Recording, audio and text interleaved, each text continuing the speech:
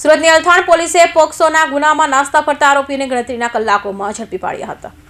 સુરતની અલથાણ પોલીસે પેટ્રોલિંગ દરમિયાન બાતમીના આધારે 10 વર્ષની માસૂમ બાળાને સાયકલ અપાવવાના બહાને સિક્યુરિટી ગાર્ડ અડપલ્લા કર્યા હતા, જેને લઈ બાળાએ માતા પિતાને જાણ કરતા માતા પિતાએ અલથાણ પોલીસ મથકે જઈ ફરિયાદ કરતા અલથાણ પોલીસે ત્વરિત તપાસ હાથ ધરી નરાધમ સિક્યુરિટી ગાર્ડ મૂળ મહારાષ્ટ્રના બુલધાણાનો અને હાલ ભટાર ખાતે તડકેશ્વર મહાદેવ મોહલ્લા ખાતે રહેતા હરિ ઉર્ફ હરિકાકા રામજી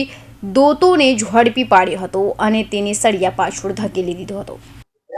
ગઈ તારીખ 1 જાન્યુઆરીના રોજ અલથાણ પોલીસની હદમાં આવેલ રામેશ્વર આશીર્વાદ એન્કલેવ ના કેમ્પસમાં એક 70 થી 75 વર્ષના કાકાએ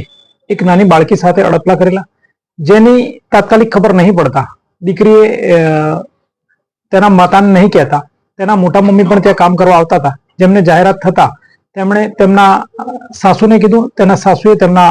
હસબન્ડને કીધું અને પિતાને ખબર પડતા ગઈકાલ એટલે કે તારીખ 9/1/2025 ના રોજ પિતા ફરિયાદ કરવા આવેલા, જેની તપાસ કરતા તેમજ સીસીટીવી કેમેરા તેમજ મેન્યુઅલ ચેક કરતા ઘટના સાચી જણાઈ આવતા પોલીસ અલથાણે ગુનો દાખલ કરેલો છે। સદર ગુનાની તપાસ પીઆઈ શ્રી ડીડી ચૌહાણ ચલાવી રહેલ છે અને આરોપી હરિ ઉર્ફે હરિકાકા રામજી દત્રોડે ઉંમર વર્ષ 76 નાઓને ધોરણસર અટક કરેલ છે અને આગળની કાર્યવાહી ચાલુ છે। આરોપી શું કરે છે? આરોપી ત્યાં સિક્યુરિટી તરીકે કામ કરતા હતા અને ઘણીવાર નાના મોટા કામ પણ સોસાયટીના કરતા હતા। એમનો કોઈ ગુનાહિત ઇતિહાસ? આરોપીનો ગુનાહિત ઇતિહાસ કોઈ જ નથી, તપાસ સંપૂર્ણ કરતા